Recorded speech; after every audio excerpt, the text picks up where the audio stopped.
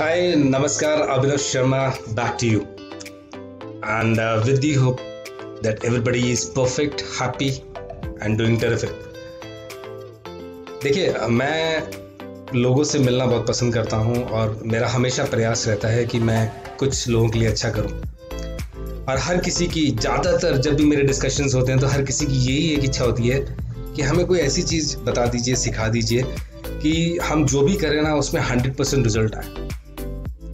और मैं हमेशा उनसे यही कहता हूँ कि 100% रिजल्ट के लिए जाना अच्छी बात है, लेकिन उससे ज़्यादा ज़रूरी है इनपुट पे काम करना। हम चाहे एक ऐसे एनवायरनमेंट पे रहते हों जो ये कहता हो कि आउटपुट चाहिए, लेकिन फैक्ट ये है कि हम इनपुट को कंट्रोल कर सकते हैं, output is not controllable. But yes, अगर हम अच्छा इनपुट देंगे, अच्छे से इनपुट को ड्राइव करेंगे तो आउटपुट पे डेफिनेटली पॉजिटिव इम्पैक्ट आएगा। और जब मैं आपसे ये बात कर रहा हूं ना, मुझे कर्नल सैंडर्स की याद आ रही है। I am a pure vegetarian. आप में भी बहुत लोग प्योर वेजिटेरियन होंगे और जिसकी जैसी इच्छा या शौक होती है वो वैसा खाता है, क्योंकि कर्नल सैंडर्स ने जो एक इतिहास रचा उसको हम लोग एक ब्रांड नेम के पॉइंट ऑफ व्यू से KFC के नाम से जानते हैं, केंटकी फ्राइड चिकन, जिसकी पूरे वर्ल्ड में अनगिनत शाखाएं हैं, आउटलेट्स हैं। मैं उम्मीद करता हूं कि जो मुझे सुन रहे होंगे या जितने लोग सुनेंगे उनमें कुछ लोग डेफिनेटली ये बात पहले भी सुन चुके होंगे, लेकिन इंपॉर्टेंट चीज ये है कि इसके पीछे की कहानी कितनी इंपॉर्टेंट है। कर्नल सैंडर्स एक आर्मी पर्सनल जब रिटायर हुए तो उनको कहीं पे ये एक फीलिंग थी कि जो मैंने सर्विस दी है अपनी कंट्री को और उसके बदले में अब जब मैं रिटायर हो गया हूं तो मुझे जो पेंशन अमाउंट मिलेगा वो मेरी एक अच्छी ज़िंदगी के लिए सफिशिएंट रहेगा। इस कॉन्फिडेंस के साथ उन्होंने बड़े धैर्य के साथ अपने रिटायरमेंट डे का इंतजार किया। रिटायरमेंट डे आया और 2-3-4 महीने तक अच्छा भी गुजरा, लेकिन ही स्टार्टेड रियलाइजिंग कि जो शौक वो आर्मी में रहते हुए एंजॉय कर रहे थे अपने रैंक के अकॉर्डिंग, जो उन्हें फैसिलिटीज मिल रही थी, वो पेंशन के अमाउंट में अब उन्हें कॉस्टली लगने लगी थी, क्योंकि काफी चीजें अब उन्हें खुद अफोर्ड करनी पड़ रही थी। धीरे धीरे ये प्रेशर उन पर बढ़ने लगा and then one day he sat down and thought कि नहीं, ऐसे नहीं चलेगा। मैं एक राजा की तरह जिया हूं, I have been a gallant soldier, a rewarded, recognized soldier and army person। मैं अब आगे कॉम्प्रोमाइज नहीं करूंगा। मैं काम करूंगा और वो काम करूंगा जो मेरे इंटरेस्ट का हो, जो मेरी डिग्निटी को भी सपोर्ट करे। और वो एक सुबह कॉफी का मग हाथ में लेकर बड़े कॉन्फिडेंस के साथ अपने लॉन में बैठ गए कि आज मैं डिसाइड करने वाला हूं कि अपनी लाइफस्टाइल की कॉस्ट को मेंटेन करने के लिए मुझे क्या करना चाहिए। उनके दिमाग में आया कि चलो मैं ऐसा करता हूँ, इंस्ट्रक्टर बन जाता हूँ, क्योंकि मैंने इतने फौजियों को, इतने आर्मी मैन को मैंने ट्रेनिंग दी है, उनको मैंने डिसिप्लिन किया है।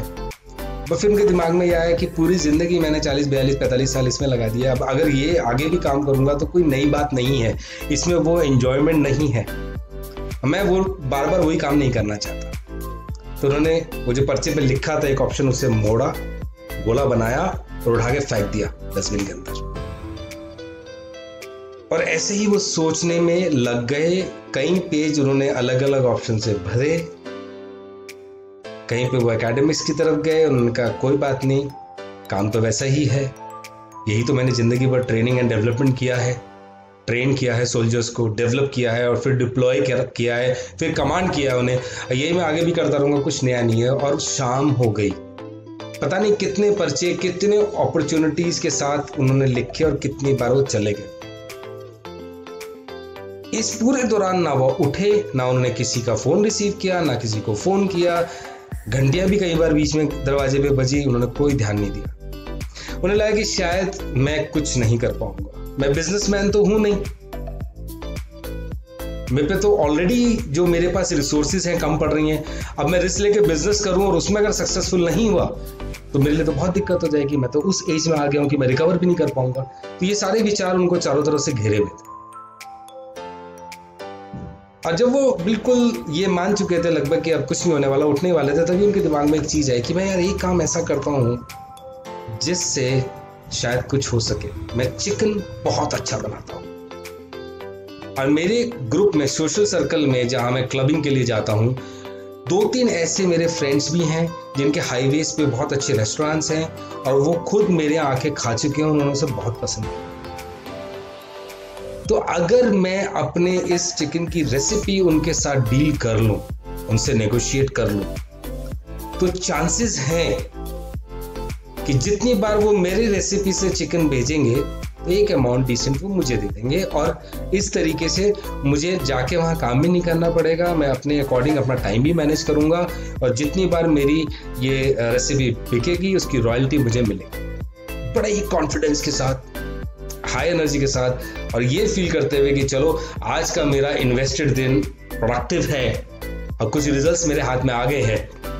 He got up and early morning he went to his friend who had a very big restaurant on the main highway।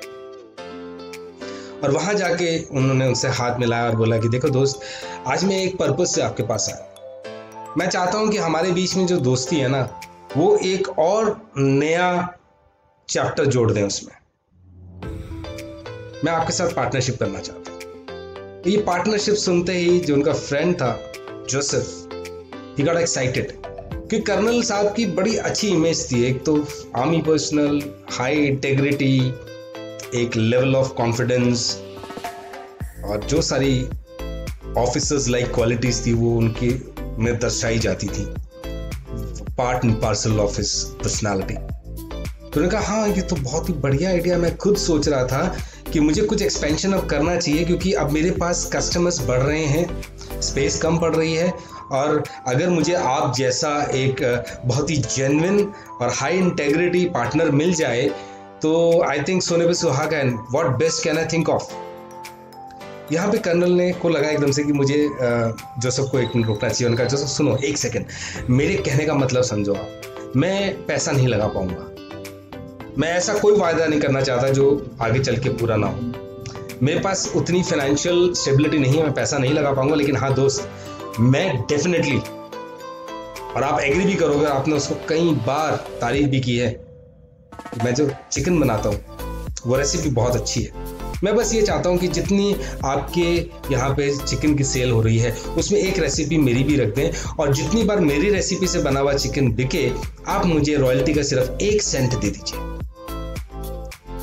उनकी ये बात सुन के, because Joseph was not expecting this, Joseph went back a bit but then he realised, क्योंकि colonel साहब की respect बहुत ही आगे का कि sir my dear friend, I have a lot of respect for you और मैं ये भी मानता हूँ कि आप बहुत अच्छा बनाते हैं चिकन, कमाल की रेसिपी है, लेकिन वो मेरा इंडिविजुअल टेस्ट है। मैं यहाँ पे इतने सालों से बिजनेस कर रहा हूँ और मेरी जितनी भी रेसिपीज हैं उसे खाने के लिए लोग आते हैं, अपने रिलेटिव्स को साथ लेके आते हैं, खुद आते हैं। मैं ये रिस्क नहीं ले सकता। मैं ये मानता हूं कि मुझे अच्छा लगता है, लेकिन क्या गारंटी है कि उन लोगों को भी अच्छा लगे। और इतना कंपटीशन बढ़ चुका है इसी रोड पर। जब मैंने शुरू किया था मैं अकेला था, लेकिन आज की डेट में 10 आउटलेट और हैं। सेकंड की टाइम नहीं लगता, सेकंड नहीं लगता कि कस्टमर उठ के दूसरी जगह चला जाएगा। I am so sorry. आप बैठिए, चाय कॉफी पीजिए, you my best friend, will continue to be my best friend, लेकिन हम शायद बिजनेस नहीं कर पाए। जिस एक्साइटमेंट के साथ कर्नल सैंडर्स वहां गए थे, देखिए हैं तो ultimately at the end of the day बुरा तो लगता he came back, but then he thought कि कोई बात नहीं, हर जंग लड़ी जाती है तो जीती नहीं जाती, या दूसरे तरीके से कहें तो हर जंग जीतने के लिए नहीं लड़ी जाती, मुझे थोड़ा और प्रयास करना चाहिए। उन्होंने अपनी फ्रेंड लिस्ट निकाली और उसमें जितने भी लोगों के कहीं ना कहीं से रेस्टोरेंट या उस खाने पीने की आउटलेट्स थे, ईटरी पॉइंट थे या ईटिंग जॉइंट्स थे, उनकी लिस्ट बनाई और उस पर उन्होंने अप्रोच करना शुरू कर दिया। अब मुझे आपसे ये पूछना है कि कर्नल सैंडर्स उसी एनर्जी के साथ, उसी कॉन्फिडेंस एंड कन्विक्शन के साथ कितने लोगों पे गए होंगे? अगर मैं आपके सामने होता, हम रूबरू होते, तो मुझे जवाब जो मिलते, मैं उम्मीद करता हूं जो मिलते रहे हैं पहले जब भी मैंने ये बात शेयर की है, 9, 10, 15, 20, 25, 100, 150, 250, 300 और 350 तक आते आते कॉन्फिडेंट से कॉन्फिडेंट, हाई कन्विक्शन से हाई कन्विक्शन डिस्प्ले और रखने वाले भी ये कहते हैं कि अभिनव, इससे आगे तो मुश्किल होगा जाना। क्या आप जानना चाहोगे कि वो कहां तक गए? कर्नल सैंडर्स उसी एनर्जी के साथ, उसी कन्विक्शन के साथ, उसी जज्बे के साथ 1008 लोगों के पास गए। 1008th person finally said, "Okay, Colonel, let's do it your way." और उस एक हाँ को जो उन्होंने अर्न किया, 108 लोगों के पास जाकर 107 बार रिजेक्ट होकर अपने जानकार लोगों से ने नींव रखी KFC की, जो कि एक बहुत ही यूनिक फ्रेंचाइज मॉडल है जिसपे एक ही पर्टिकुलर चीज हाईलाइट होके बिकती है, जिसे हम फ्लैगशिप प्रोडक्ट कह सकते हैं या फ्लैगशिप डिश कह सकते हैं या रेसिपी कह सकते हैं, केंटुकी फ्राइड चिकन। तो अगर आप देखें तो इन सारी चीजों में जो लोग मुझसे ये पूछते आए हैं या पूछना चाहेंगे या शायद फ्यूचर में भी पूछेंगे कि वो ऐसी क्या चीज है जो अगर मेरे अंदर आ जाए तो मैं अपने ड्रीम्स, अपने ऑब्जेक्टिव्स, अपने प्लान्स एग्जीक्यूट कर पाऊंगा या कर पाऊंगी, तो मैं आपको ज्यादा सस्पेंस में नहीं रखूंगा। Is a one straight line answer. Colonel Sanders was unstoppable. He was 100% unstoppable. He had faith in his abilities. He had a strong dream and he could achieve it. So, if we talk about the key to success, अगर हम बात करते हैं अपनी weaknesses को overcome करने के लिए, अपने फियर्स को ओवरकम करने के लिए, ये एक ऐसी चाबी है जो हर ताले में लगती है, and that is start being unstoppable. With this, I'm signing off.